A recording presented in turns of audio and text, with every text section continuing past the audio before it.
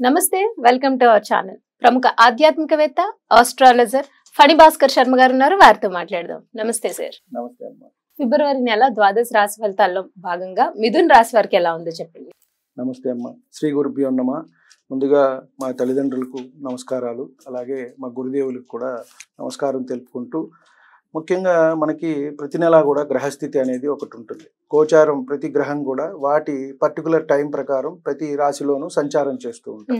మనం ఫిబ్రవరికి తీసుకున్నట్టయితే వృషభంలో గురువు, మిథునంలో కుజుడు, కన్యలో వచ్చేటప్పటికి కేతువు సంచారం జరుగుతోంది. మకరంలో రవి, బుధుడు, అలాగే కుంభంలో శని, చంద్రుడు, తర్వాత మీనంలో చివరిగా రాహువు, శుక్రుడు ఉంటారు. ఇక్కడ చంద్రుడు అనేది మనకి తిరుగుతూ ఉంటారు. ప్రతి 2.5 రోజులకి ఒక్కొక్క రాశిలో తిరుగుతూ ఉంటారు కాబట్టి నెలంతా కూడా సంచారం చేస్తూ ఉంటారు.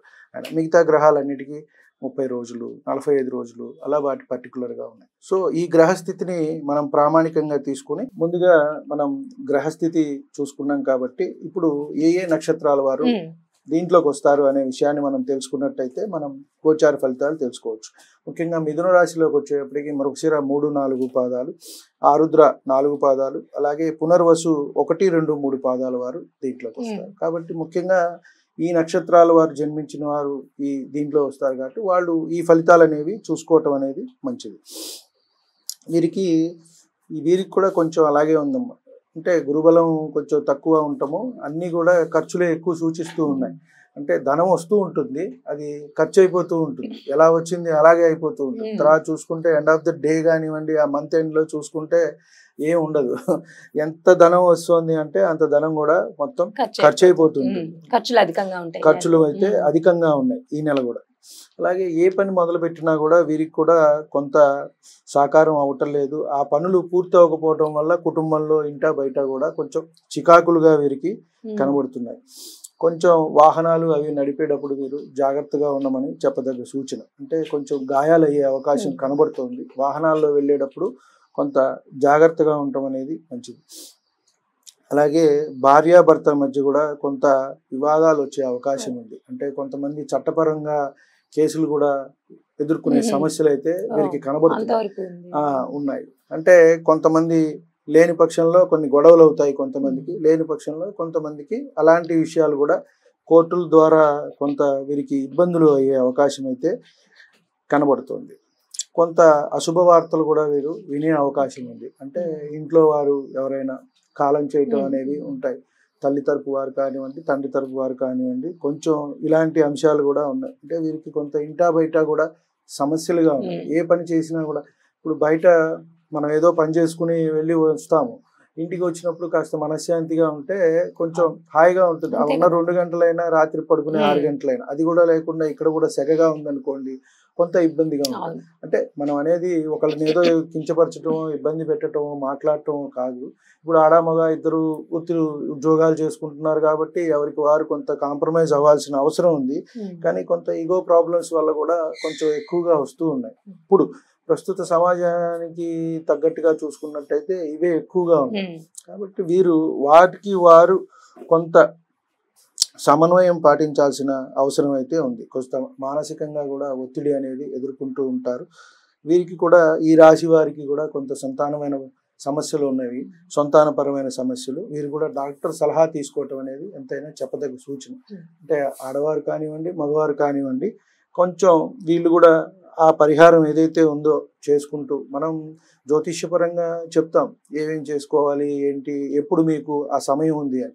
అలాగే మనం తదనుగుణంగా డాక్టర్ని కూడా సంప్రదించినట్టయితే అటు మెడికల్ పరంగా కూడా ఏమన్నా ఇబ్బందులు ఏమన్నా ఉన్నాయా అనేది వాళ్ళు చూసి వీరికి సలహా ఇవ్వటం అనేది చేస్తారు. కాబట్టి వీరికి కూడా కొంత ఇబ్బందికరంగానే ఉందమ్మా. ఫిబ్రవరి నెలలో మిథున రాశి వారు కూడా కొంత జాగ్రత్తగా ఉంటాము, సమన్వయంగా ఉంటాము.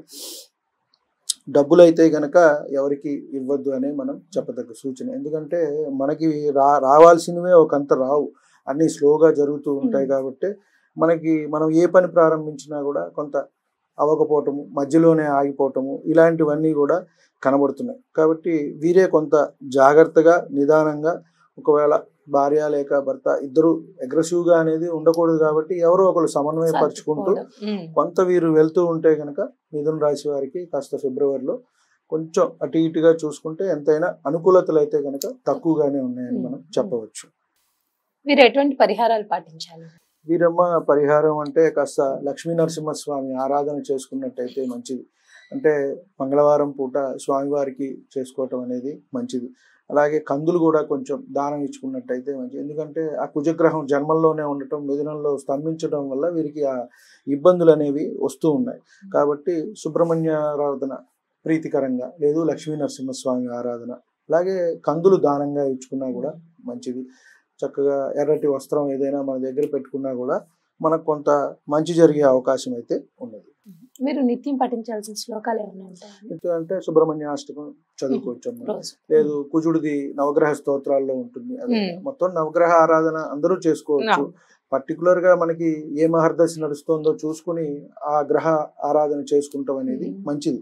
ముఖ్యంగా మనకి కుజ మహర్దశి నడుస్తోంది అనుకోండి, సుబ్రహ్మణ్య స్వామి ఆరాధన, అలాగే నవగ్రహ స్తోత్రాల్లో ధరణి గర్భ సంభూతం అని ఉంటుంది, అది చదువుకుంటే గనక సరిపోదు.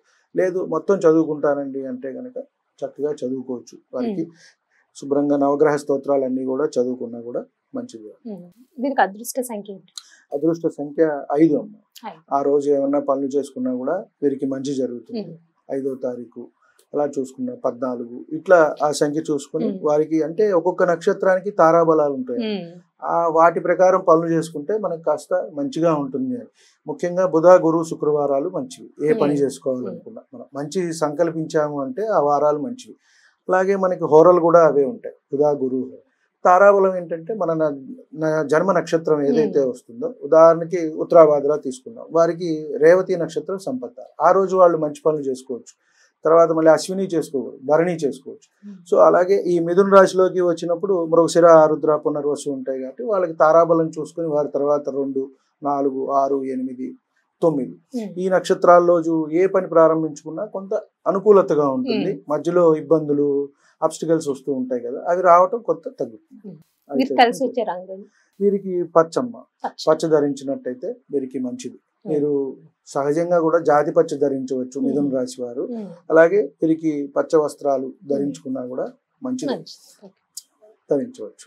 ఫిబ్రవరి మాస ఫలితాల్లో భాగంగా ద్వాదశ రాశుల్లో మిథున రాశి వారి గురించి పరిహారాల గురించి చాలా చక్కగా వివరించారండి. ధన్యవాదాలు. నమస్తే.